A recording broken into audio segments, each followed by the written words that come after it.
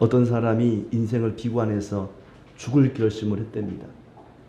어차피 죽는 인생, 성경이라도 한번 읽어보고 죽자. 그리고 성경을 펼쳤는데 마태복음 27장에 유다가 은을 성소에 던지고 나가서 목매어 죽으니라, 이 말씀이 딱 들어오는 거예요. 그려, 맞아, 나는 죽어야 혀. 그것도 목매어서 죽어야 되네. 에이, 기왕에 찾아본 거 하나 더 찾아보자. 그리고 딱 펼쳤는데 누가복음 10장에 이런 말씀이 나오는 거예요. 너도 가서 이와 같이 하라. 그래, 맞아, 나는 죽어야 돼. 에이, 하나 더 찾아보자. 그리고 더 찾아봤는데 열왕기상 18장이 나오는 거예요. 어찌하여 둘 사이에서 머뭇머뭇하려느냐. 머뭇거리지 말고 빨리 죽으라는 얘기예요. 성경을 전체적으로 안 보고 자기가 좋아하는 것만, 어느 한 구절만 뚝 따서 보면은 그럴 수가 있습니다. 성경은 전체적으로 보는 게 중요합니다. 열왕기상, 열왕기하를 우리가 읽었습니다만은 전체 내용을 한 번에 이렇게 파악해 볼 필요가 있습니다. 이제 열왕기상하를 마무리하는 마지막 장인데, 열왕기상, 열왕기하를 통해서, 전체를 통해서 하나님이 어떤 분이신지, 그리고 우리는 어떻게 살아야 되는지를 함께 생각해 보고자 합니다. 우리는 성경을 어디를 읽든지 간에 하나님이 어떤 분이신지, 어떤 일을 하셨는지, 그리고 우리는 어떻게 살아야 되는지, 이 두 가지를 분명히 알 필요가 있습니다. 그래서 오늘 열왕기하 마지막 25장입니다만은 전체적인 내용 가운데서 하나님이 어떤 분인가를 중점적으로 한번 생각해 보고자 합니다. 당시 국제 정세를 보면은 이스라엘이라고 하는 나라는 굉장히 작은 약소국가입니다. 우리나라 뭐 경상남북도를 합친 것보다 더 작은 면적이니까 그닥 크지 않은 면적을 가진 나라인데, 그마저도 남과 북으로 둘로 나뉘었습니다. 북쪽 이스라엘은 이미 일찌감치 망해버렸고 아수르라는 나라에 의해서 망했죠. 그런데 바벨론이라는 나라가 일어나서 그 아수르를 집어삼킵니다. 그리고 이제 유다마저, 남쪽에 있는 예루살렘을 근거지로 하는 유다 나라마저 집어삼키려고 호시탐탐 노리고 있을 때였습니다. 남쪽에는 이집트, 성경에서는 애굽이라 그러죠. 이 애굽이라고 하는 나라가 당시에 바벨론에 필적할 만한 그런 힘을 가진 나라였습니다만은, 바벨론이 워낙 강하게 일어나다 보니까 애굽도 많이 힘이 약화되던 그런 시기였습니다. 그러니까 애굽과 바벨론이라는 양대 강국이 유다를 앞에 놓고 서로 자기 편으로 끌어들이려고, 자기의 속국으로 만들려고 하던 그런 때였고, 힘이 약간 이제 바벨론 쪽으로 기울던 그런 때였습니다. 마지막 왕, 유다의 마지막 왕은 시드기야 왕인데, 이 시드기야라는 왕은 바벨론 왕이 네가 유다의 왕으로 다스려라 하고 세워놓은 왕입니다. 그러니까 하나님이 뭐 세웠다거나, 물론 하나님이 이제 세운 거긴 하지만은, 하나님이 뭐 일찌감치 기름 부어 세웠다거나 백성들이 투표를 해서 뽑은 왕이 아니고, 그 나라를 점령한 바벨론 제국이 이 유다를 다스리기에는 네가 제일 나을 것 같다 하고 시드기야를 왕으로 세웠는데, 한 몇 년 조공을 바치다가 배반을 했습니다. 바벨론을 섬기기를 싫어하는 거예요. 그러니까 이 바벨론의 왕 느부갓네살이 요놈 봐라, 그리고는 군대를 이끌고 와서 예루살렘을 포위하게 됩니다. 무려 한 1년 반이 넘는 시간 동안 포위를 당하니까 더 이상 견딜 수가 없는 거예요. 왕이 아주 비열하게 비밀 통로를 통해서 야간 도주를 합니다. 야반 도주를 하는데, 성 밖을 나가서 이제 뭐 숨을 만한 곳도 없고 넓은 개활지입니다. 펼쳐져 있는 들판인데, 그 들판을 이제 군사들과 함께 가다 보니까 금방 들통이 났죠. 뭐 바벨론 군대에게 들켜서 이제 잡혀가게 되는데, 옆에 있던 군사들이 다 도망가 버렸어요. 예, 다 흩어져 버렸습니다. 5절에 보면은 다 흩어졌다 그러죠. 붙잡혀 와가지고는 자기 눈 앞에서 아들들이 다 죽습니다. 아들들을 다 죽입니다. 내 눈 앞에서 자식이 죽어간다는 것처럼 비참한 일이 어디 있겠습니까? 전쟁이라는 것은 그렇게 비참한 것입니다. 그리고 이 시드기야 왕의 두 눈이 뽑힙니다. 그가 눈이 뽑히기 전에 마지막으로 봤던 것이 자녀들의 죽는 모습이었던 거죠. 영원히 기억 속에 간직하고 있지 않겠습니까? 그리고 쇠사슬에 묶여서 바벨론으로 끌려갑니다. 혼자만 끌려간 것이 아니라 많은 왕족과 귀족들이 같이 끌려갑니다. 그리고 한 달 후에 느부갓네살의 신하 부하 장수인 느부사라단이 다시 예루살렘에 와서 완전히 예루살렘을 그냥 박살을 내놓습니다. 하나님을 섬기던 성전을 불태우고 무너뜨리고 성벽을 무너뜨리고 또 많은 사람들을 잡아갑니다. 기술자들 또 뭐 똑똑한 사람들 더 이상 무기를 만들지 못하도록 더 이상 반란을 일으키지 못하도록 좀 싸울 만한 사람들은 다 붙잡아가고 그 중에 특히 60명은 처참하게 죽였다고 이야기를 하고 있습니다. 그리고 성전에 있던 왕궁에 있던 온갖 금, 은, 뭐 돈 될 만한 것, 놋조각까지 숟가락 젓가락까지 기둥까지 다 무너뜨리고 그 기둥에 있는 놋으로 도구만 그것까지 다 베껴서 가져갔다. 완전히 정치적으로나 종교적으로 붕괴가 된 것입니다. 그리고는 이제 남아있는 백성들은 그저 농사 지을 만한 사람들, 포도원이나 농사 지을 만한 사람들만 남겨놓고 모조리 잡아간 것입니다.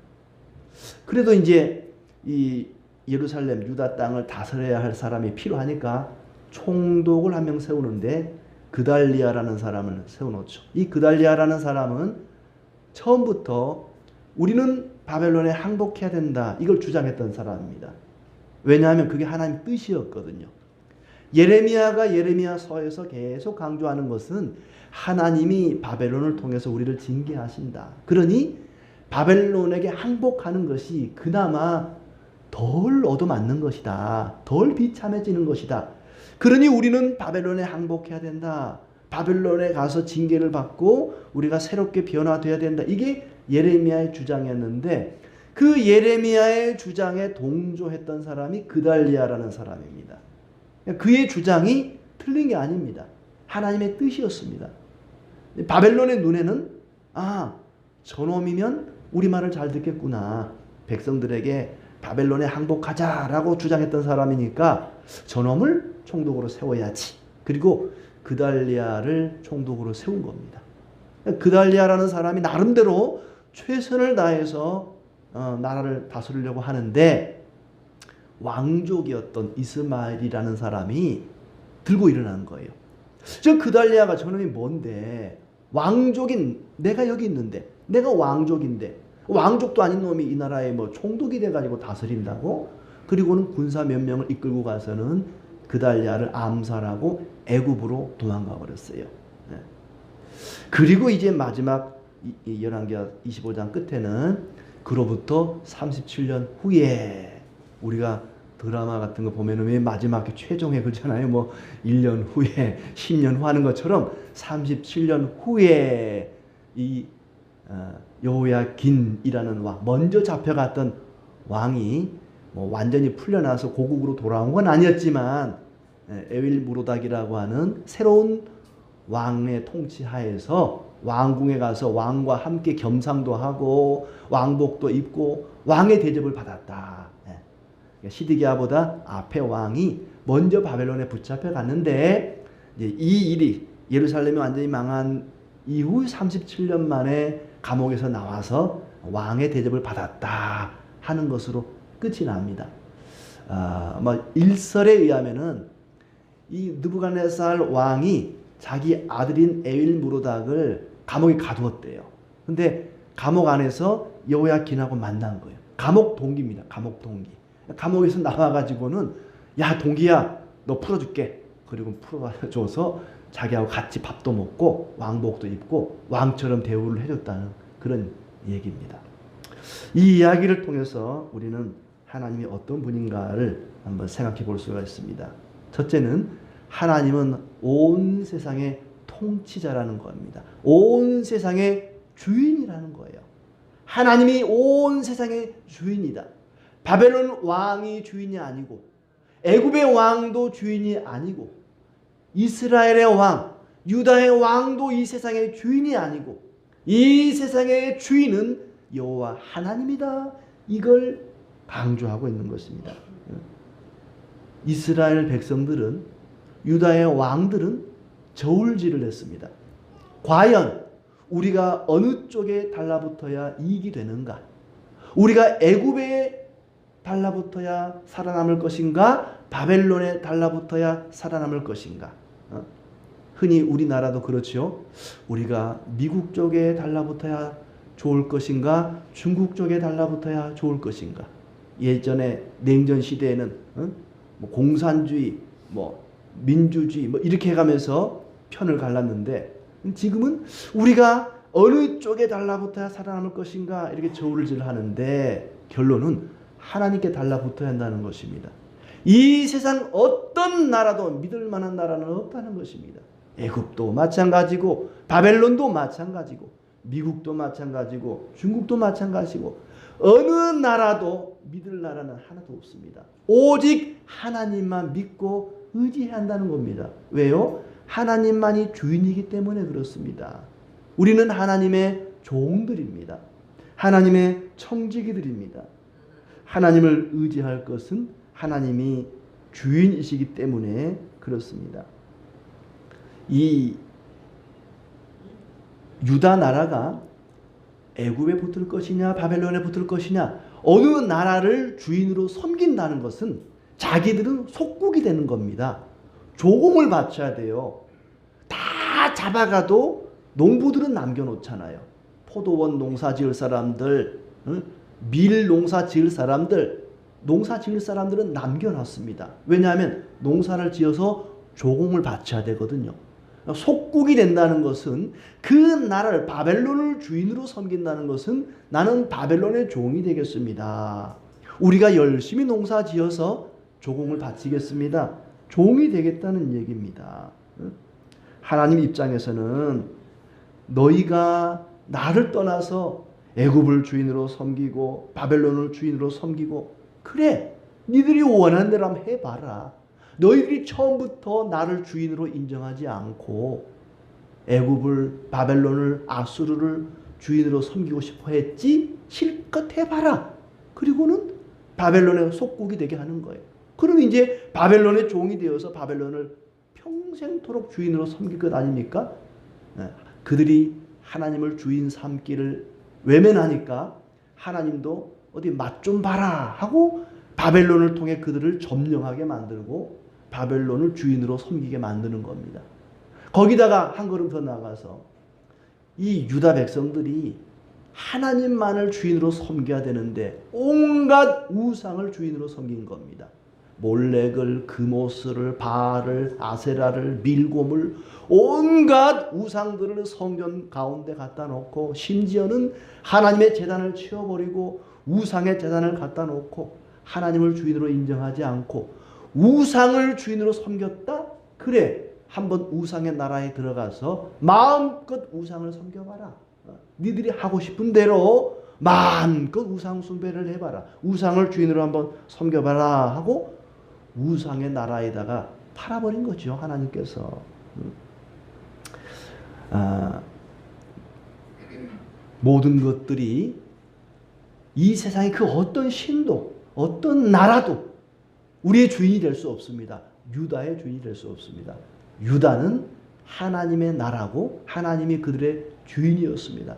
모든 일들이 세상 왕들의 계획에 따라 세상 신들의 뜻에 따라 움직이는 것이 아니라 나 여호와 하나님의 뜻대로 하나님의 계획대로 움직이는 것이다. 하나님이 주인이라는 것을 분명하게 말씀하고 있습니다. 왜 하나님이 그들의 주인인가? 왜 하나님이 우리의 주인이 되시는가? 주인이 되려면 어떻게 해야 돼요? 내가 만들면 그게 내 겁니다. 내가 어떤 흙으로, 돌로, 나무로 뭘 만들었다. 그럼 이거 누구 거예요? 내 거예요. 내가 만들었으니까. 내가 만들면 그건 내 겁니다. 그들은 하나님의 피조물이기 때문에, 하나님이 그들의 창조주이기 때문에 그들의 주인인 겁니다. 우리가 하나님을 주인으로 인정하는 것은 하나님이 우리의 창조주이기 때문입니다. 거기다가 내가 주인 되려면 내가 돈 주고 사면 그거 내 겁니다. 제가 이 찬송가를 돈을 주고 사면 이거 내 거예요. 돈 주고 사면 내 거 되는 겁니다. 왜 이스라엘이, 유다가 하나님의 것인가? 하나님이 그들의 주인인가? 하나님이 그들을 샀습니다.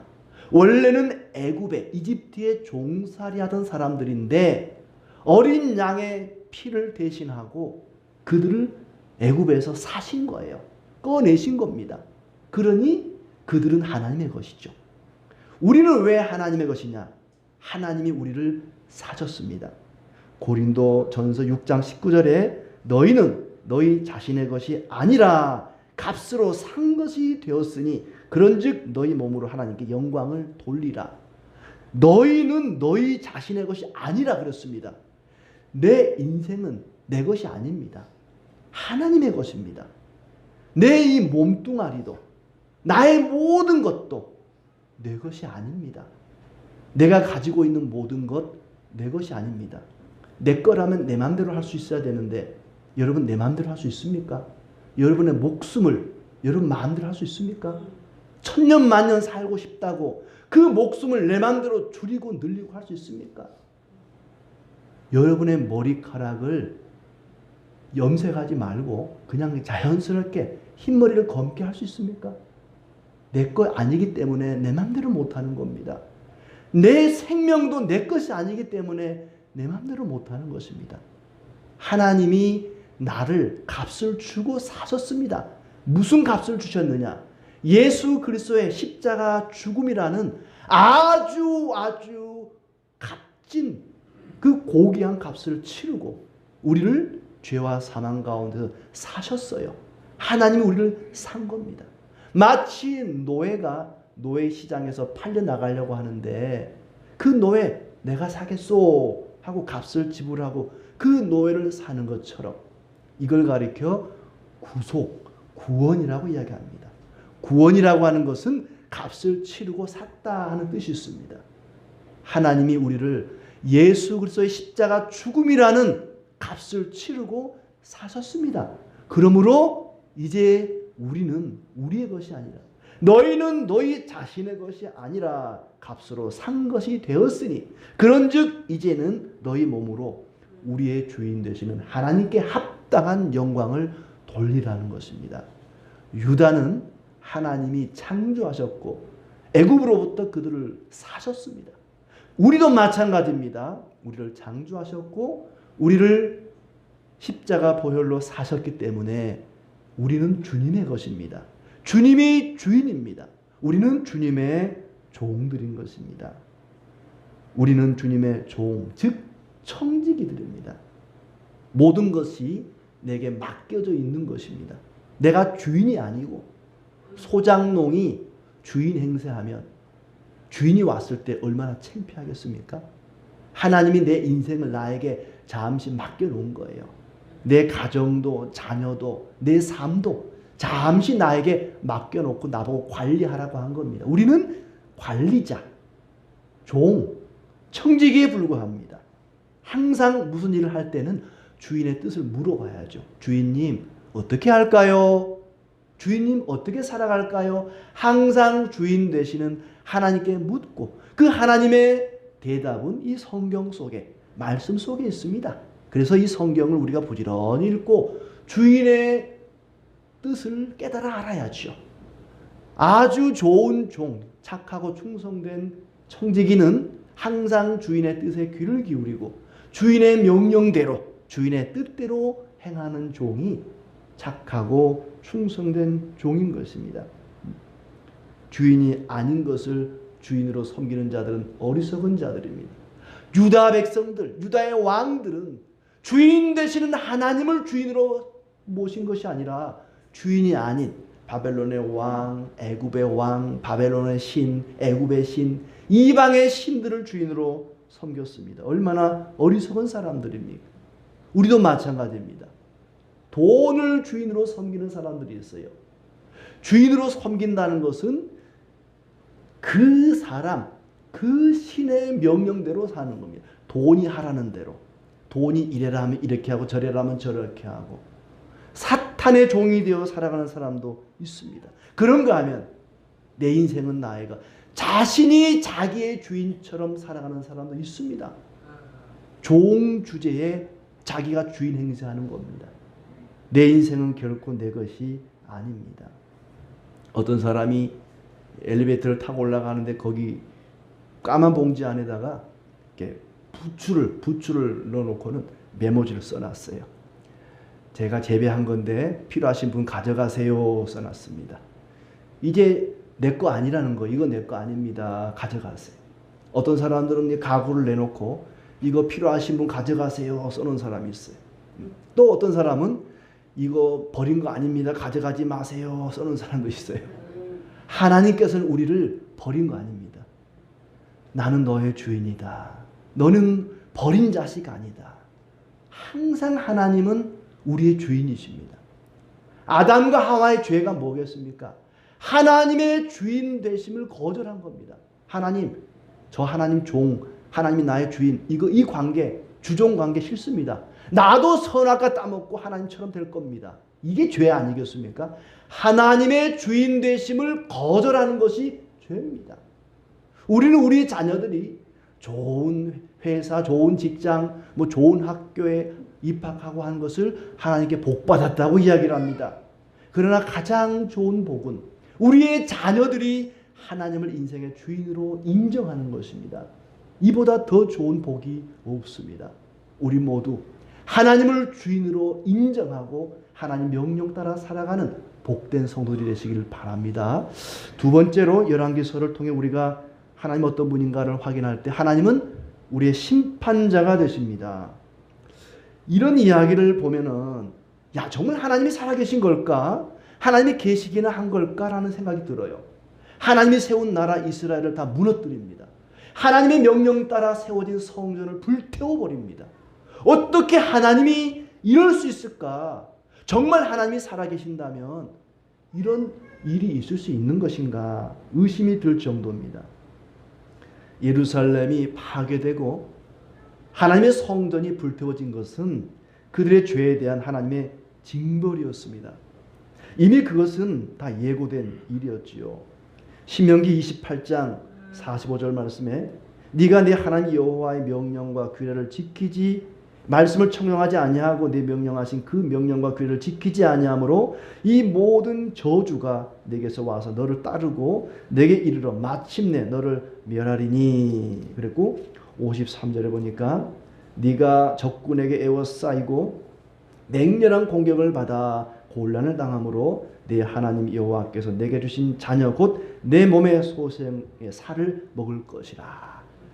그들이 굶주리고 자식을 잡아먹을 정도로 심판을 받게 될 것을 예고했습니다. 하나님 말씀, 하나님 명령과 규례를 지키지 아니하면 하나님이 그들을 버리겠다고 분명히 말씀하셨고, 또 예레미야 27장 8절 말씀에 여호와의 말씀이니라 바벨론의 왕 느부갓네살을 섬기지 아니하며 그 목으로 바벨론의 왕의 멍에를 매지 아니하는 백성과 나라는 내가 그들이 멸망하기까지 칼과 기근과 전염병으로 그 민족을 벌하리라 그랬습니다. 그러니까 예루살렘이 무너지고 성전이 불타게 된 것은 그들이 지은 죄에 대한 하나님의 심판이라는 것입니다. 이런 심판을 가리켜서 어떤 사람들은 신명기적 심판이라 그랬습니다. 아까 신명기에 나온 것처럼 하나님의 말씀과 명령을 거역함으로 받게 되는 심판, 그걸 가리켜 신명기적 심판이라 이렇게 말합니다. 솔로몬이 하나님 명령대로 성전을 세우고 무려 453년이 지났습니다. 낡기도 어지간히 낡았겠죠. 450년이나 지났으니까. 근데 그 성전이 모조리 불타고 무너졌습니다. 그것마저도 하나님이 이미 예고하신 그 하나님 말씀이 이루어진 것이다. 성경은 그렇게 이야기합니다. 역대하 7장 20절 말씀, 내가 너에게 준 땅에서 그 뿌리를 뽑아내고 내 이름을 위하여 거룩하게 한 이 성전을 내 앞에서 버려 모든 민족 중에 속담거리와 이야기거리가 되게 하리라. 그랬으니까 성전이 불타고 무너진 것도 역시 하나님이 예고하신 말씀이었습니다. 하나님은 그만큼 죄를 미워한다는 겁니다. 여기 나온 이 내용들이 얼마나 비참합니까? 내 눈 앞에서 자식들이 모조리 죽고 내 두 눈이 뽑히고 왕이 되어가지고 쇠사슬에 묶여서 끌려가고 많은 신하들이 장군들이 적군들의 앞에서 비참하게 죽어갑니다. 왕이 군사들과 함께 가는데 이 군사들이 왕을 버리고 모조리 도망갔어요. 이것도 역시 그 자체가 심판입니다. 하나님의 명령을 버리니 하나님도 사람들로부터 왕이 버림받게 하신 겁니다. 하나님 아버지의 그 눈물, 하나님 앞에서 그 독생자 예수님이 십자가에 죽을 때 하나님이 얼마나 고통스러우셨을까. 끌려가고 죽고 이 전쟁의 참상이라는 것은 이루 말로 다 할 수 없습니다. 여기 있는 분들 대부분이 전쟁을 겪지 않았습니다만은 최근에 일어나고 있는 러시아와 우크라이나 전쟁을 보면은 사람들은 그래요. 현대에 들어와서도 뭐 경제 전쟁 이런 거는 있을 수 있지만 어떻게 직접 무기를 가지고 사람을 죽이는 이런 전쟁이 있을 수 있을까? 뭐 송혜교가 밭을 갈고 전지현이 뭐 밭을 매는 그런 나라가 우크라이나라고. 그만큼 우크라이나 여인들이 미인들이 많다는 거예요. 그냥 우크라이나에 가면은 뭐 우리나라에서 뭐 미인이라고 하는 사람들이 수두룩하다는 거예요. 그만큼. 예. 그런 나라의 여인들이 이 전쟁 때문에 얼마나 크고 비참한 고통을 겪고 있습니까? 이 전쟁의 참상이라고 하는 것은 우리가 성경뿐만 아니라 뉴스를 통해서도 지금 목도하고 있는 일들입니다. 이 모든 비참한 일들이 므낫세의 죄 때문이라고 성경은 이야기하고 있습니다.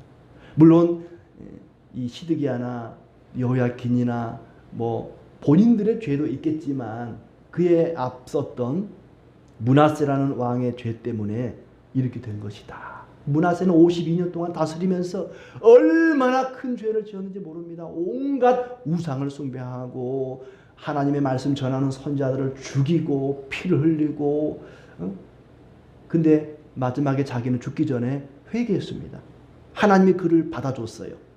그렇지만은 그의 죄 때문에 많은 후손들이 죄 가운데 벗어나지를 못하고 비참한 나라가 망하는 그런 괴로움을 고통을 당하게 되었습니다.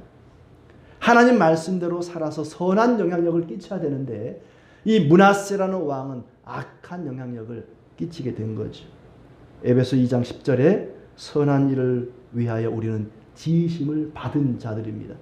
그만큼 우리가 하나님 말씀대로 살아서 선한 영향력을 끼쳐야 되는데 이 므낫세라는 왕은 하나님 앞에 하나님을 주인으로 인정하지 않을 뿐만 아니라 온갖 죄악으로 후손들도 똑같은 죄를 범하게 하는 주범이었습니다. 그의 죄 때문에 하나님께서 이스라엘을 심판하시는데 그 심판이 너무나 끔찍하고 비참합니다. 그만큼 하나님이 죄를 미워하고 싫어한다는 이야기죠. 성전을 온갖 우상의 소굴로 만들고 성전에 아예 들어가지도 못하게 문을 걸어 잠그고 성전이 이미 쓸모없는 우상의 소굴이 되었으니 더 이상 있을 필요가 없다. 하나님께서 그 성전을 불태워버린 것이죠. 심지어 10절에 보면 성벽도 무너지게 합니다. 성벽, 예루살렘 시내를 둘러싸고 있는 이 성벽은 하나님이 그들을 보호하고 있다는 하나님의 보호하심의 상징입니다. 그런데 그 성벽마저 무너뜨린 것입니다. 더 이상 너를 보호하지 않겠다. 더 이상 너희를 지켜주지 않겠다는 얘기입니다. 죄 가운데 살면서 성전을 보호막으로 삼는다면 그 성전은 더 이상 있을 필요가 없다. 죄 때문에 그들은 광야에서 40년을 살았습니다. 이제 죄 때문에 이방 나라에서 70년을 살아가는 그런 심판을 당하게 된 것입니다. 다윗이 언약궤를 옮길 때 그가 잘못함으로 우사가 죽습니다. 또 여리고성을 점령하다가 아간이 금덩어리와 외투를 훔쳤다가 이스라엘 전체가 아이성 전투에서 패하는 심판을 받습니다. 아나니아 삽비라가 하나님을 속이면서 헌금을 빼돌렸다가 즉사합니다. 심판을 받습니다. 하나님은 하나님의 백성이라 할지라도 죄를 범하면 그 죄에 합당한 심판을 하시는 심판자이십니다. 하나님께서는 우리가 잘못할 때 적당히 고쳐 쓰시는, 리모델링해서 쓰시는 분이 아니라 완전히 허물어뜨리고 재건축해서 쓰시는, 새롭게 하시는 그런 하나님이십니다. 우리가 범죄하면 하나님이 우리를 심판하시는 심판자라는 것을 기억하시기 바랍니다. 또 하나는 하나님 우리의 구원자라는 것입니다. 여호야긴이 27절에 보면은 37년 만에 풀려나지 않습니까? 자기 나라로 돌아오진 않지만 감옥에서 풀려납니다. 아마 이 열왕기 상하를 처음 받아보는 바벨론의 포로로 잡혀가 있던 백성들은 이 이야기를 통해 희망을 갖게 될 것입니다. 우리가 완전히 끝나고 이스라엘이 완전히 사라지는 줄 알았는데 이 여호야긴 왕이 37년 만에 풀려난 걸 보니까 우리에게도 소망이 있다. 우리 역사는 끝나지 않았다. 예루살렘으로 돌아갈 수 있겠구나 하는 희망을 갖게 된 것이죠. 그달리아라는 사람이 총독이 되어서 뭔가 나라를 좀 바르게 세워가 보려 그러는데 이스마엘이 와서 그를 암살했습니다. 하나님이 우리의 구원자가 되신다는 것을 여러 왕들을 통해 보여주고 있습니다. 그달리아도, 요시야도, 히스기야도 아무리 왕이 훌륭해도 우리의 구원자가 될 수 없다. 하나님만이 우리의 구원자이시다. 하나님이 언젠가 우리를 구원해 주실 것이다 하는 소망을 주는 그런 말씀입니다. 그래서 이스라엘은 여호수아 같은 경우에 보면 하솔 왕 야빈과 전쟁에서 많은 말과 병거를 빼앗았습니다마는 하나님 말씀하시죠. 말의 뒷발에 힘줄을 끊어버리고 병거를 불살라라. 전쟁을 해가지고 적으로부터 말과 병거를 노획을 하면 그걸 다시 우리 쪽에 써먹어야 할 거 아닙니까? 근데 하나님께서는 이스라엘 백성들에게 전쟁을 해서 말을 빼앗고 병거를 빼앗으면 말의 뒷발에 힘줄을 끊어버리고 병거는 불살라버리라. 써먹지 말라는 겁니다. 왜냐하면 전쟁 무기가 많아지면 무기를 의지하게 되고 하나님을 의지하지 않게 된다는 겁니다. 너희들이 의지할 분은 하나님밖에 없다. 말과 병거가 너희를 구원하는 것이 아니라 여호와 하나님이 너희를 구원하시는 분이다. 하나님만 의지하게 하려고 말의 뒷발에 힘줄을 끊고 병거를 불사르라 그랬습니다. 우리의 구원자는 하나님 한 분밖에 없기 때문입니다. 아무리 훌륭한 왕이라 할지라도 아무리 뛰어난 우상이라 할지라도 우리를 구원하지 못합니다. 지금 유다 나라는 둘로 나눠져 있습니다. 친애굽파, 친바벨론파. 이스마엘 같은 왕족들은 친애굽파인지라 그달리아를 죽이고 애굽으로 도망을 갔습니다. 그리고 그달리아 같은 사람, 이 사람들은 친바벨론을 하고 싶어 한 게 아니라 선택의 여지가 없었던 거지요. 하나님의 명령에 바벨론에 항복해라. 바벨론에 끌려가서 너희들이 징벌을 받아야 된다. 그래야 그나마 덜 비참해진다 했기 때문에 어쩔 수 없는 선택으로 바벨론에 간 거지 친바벨론파는 아니죠. 아무튼 바벨론파와 애굽파로 지금 나라가 나뉘어져 있습니다. 그런데 애굽으로 간 사람들은 어떻게 되었느냐? 다시는 돌아오지를 못했습니다. 예레미야 44장 12절 말씀 보니까 내가 또 애굽 땅에 머물러 살기로 고집하고 그리로 들어간 유다의 남은 자들을 처단하리니 그들이 다 멸망하여 애굽 땅에서 엎드러질 것이라. 애굽으로 도망간 사람들은요, 한 사람도 다시 바벨론에 예루살렘으로 돌아오지를 못했습니다. 그러나 하나님의 명령에 따라서 바벨론에 간 사람들은 나중에 돌아오지 않습니까?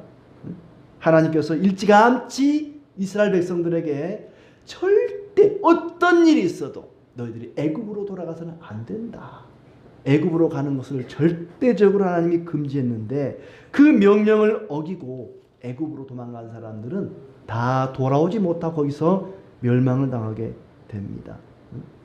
하나님이 내리신 징벌을 피해 보려고 하나님이 바벨론을 통해 그들을 징벌하고 그들을 새롭게 하려고 하는데 그걸 피해서 요리조리 빠져나가 애굽으로 도망간 사람들은 다시는 돌아오지 못하는 그런 비극을 맞이하게 됩니다. 하나님께서 바벨론에 이스라엘 유다 나라를 넘긴 것은 그들을 완전히 끝장내려고 한 것이 아니라 그들을 새롭게 하려고 새로운 하나님의 백성들로 만들기 위해서 바벨론을 이용한 것입니다. 자식이 도둑질을 하고 자식이 잘못을 하면은 회초리를 들어서라도 따끔하게 혼을 내고 바른 길로 가게 해야지. 오냐 괜찮다 그것은 자식을 사랑하는 게 아닙니다. 망치는 것입니다. 이스라엘이 유다가 잘못할 때 하나님은 매를 들어서 그들을 따끔하게 혼을 내는 겁니다. 그 매가 바로 바벨론이라는 나라입니다. 바벨론이라는 큰 나라를 통해서 지금 유다를 치고 있는 것이지요. 그런데 애굽으로 도망간 사람들, 친애굽파 사람들은 이 하나님의 뜻에는 관심이 없고 당장 징벌을 피하고 싶었던 것입니다. 하나님이 우리에게 징벌을 내릴 때, 하나님이 자기 백성들을 회초리로 때릴 때 미워서 그러는 게 아닙니다. 부모가 회초리로 자식을 때릴 때 기분이 좋겠습니까? 야, 신난다. 야, 너 좀 맞아봐. 그러는 부모가 어디 있어요? 부모도 가슴이 아파요. 자식이 매를 맞고 아파하면 부모는 더 아픕니다. 그게 부모의 마음 아니겠습니까? 하나님 마음이 얼마나 아프셨겠습니까? 성전이 불타고 성벽이 무너지고 유다 백성들이 붙잡혀가 죽임을 당할 때 하나님 마음은 얼마나 슬펐겠습니까? 그렇게 하나님은 그 백성들을 새롭게 만들기 위해서, 거룩한 백성들로 만들기 위해서 그런 결정을 내리셨던 겁니다. 징벌이라고 하는 것, 고난이라고 하는 것 좋은 게 아닙니다. 썩 즐겁거나 유쾌한 것이 아닙니다. 괴로운 일이죠. 고난을 당할 때, 하나님께 징벌을 받을 때 우리는 우리 자신을 돌아봐야 됩니다. 우리가 고난을 당할 때 하나님을 주인으로 인정한다는 것은 이 고난마저도 하나님이 주신다는 것을 인정하는 겁니다. 아, 내가 지금 힘든 거, 내가 지금 괴로운 거, 이 아픈 것 하나님이 주신 거구나. 그러니 이 문제를 해결할 분도 하나님이시다. 이걸 고백하는 사람이 하나님을 내 인생의 주인으로 인정하는 것이죠. 징벌이라고 하는 것이, 고난이라고 하는 것이 좋은 건 아니지만은 그 고난이 없으면 성장도 없습니다. 추운 겨울이 없으면 나무가 단단해질 수가 없습니다. 올여름 유난히 더웠습니다만은 더위가 없으면 곡식이 여물지를 않습니다. 건강한 몸을 원한다면 운동을 해야 됩니다. 운동이라는 게 쉬운 게 아니지요. 먹을 거 다 먹고 놀 거 다 놀고 잠잘 거 다 자고 그리고 건강해지기를 바랄 수는 없는 것 아니겠습니까? 운동선수나 악기를 연주하는 사람들이 한 가지 동작을 익히기 위해서 얼마나 많은 노력을 하는지 모릅니다. 손발이 다 부르트도록 닳고 닳도록 연습하고 또 연습해서 한 가지 동작을 만들어내지 않겠습니까? 우리가 정말 진정한 성도, 하나님 백성 되게 하기 위해서는 하나님이 우리를 연단하는 것입니다.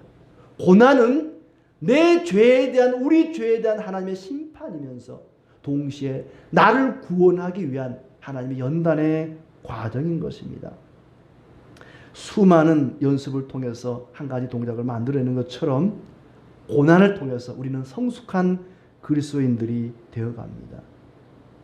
때때로 어려운 고난을 주시거든 이 고난을 통해 더 하나님께 가까이 나아가서 성숙해지는 성도들이 되시길 바랍니다.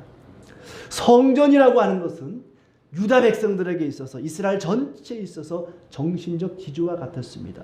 하나님 백성들의 자존심이었죠. 그런데 그 성전이 불타고 약탈을 당하고 무너졌습니다. 어쩌면 하나님으로부터 버림받았다는, 배신당했다는 그런 자괴감이 들 수도 있습니다. 그런데 하나님은 더 이상 불타지 않고 약탈당하지도 않고 무너지지도 않은 성전 예수 그리스도를 우리에게 보내주셨습니다. 고난을, 괴로움을 피하게 해달라고 기도하지 마시고 어떤 고난이 다가와도 잘 감당하고 끝까지 인내해서 정금 같은 성도 되기를 기도하시기를 바랍니다. 고난 중에도 잘 인내하시고 감당해서 하나님의 뜻을 찾아가기를 기대합니다. 예루살렘이 불살라진 것은 그들의 죄에 대한 징벌이면서 동시에 연단이었습니다. 마치 토기장이가 진흙으로 그릇을 만들다가 이게 내 마음에 영 안 들어. 그러면 그 진흙을 완전히 깨부셔서 다시 새롭게 만드는 것처럼 하나님께서는 우리가 범죄할 때 우리를 징계하심으로 고난을 주심으로 새롭게 만들어 가십니다. 하나님이 우리의 주인이십니다. 근데 마치 하나님이 우리의 종인 것처럼 하나님 이렇게 하세요 저렇게 하세요 이건 하나님을 종으로 부리는 것입니다. 하나님을 주인으로 인정하면서 하나님의 말씀대로 살아간다면 하나님께서 언제나 우리와 함께 하시고 우리에게 복을 주실 것입니다. 이런 은혜가 있기를 진심으로 축복합니다.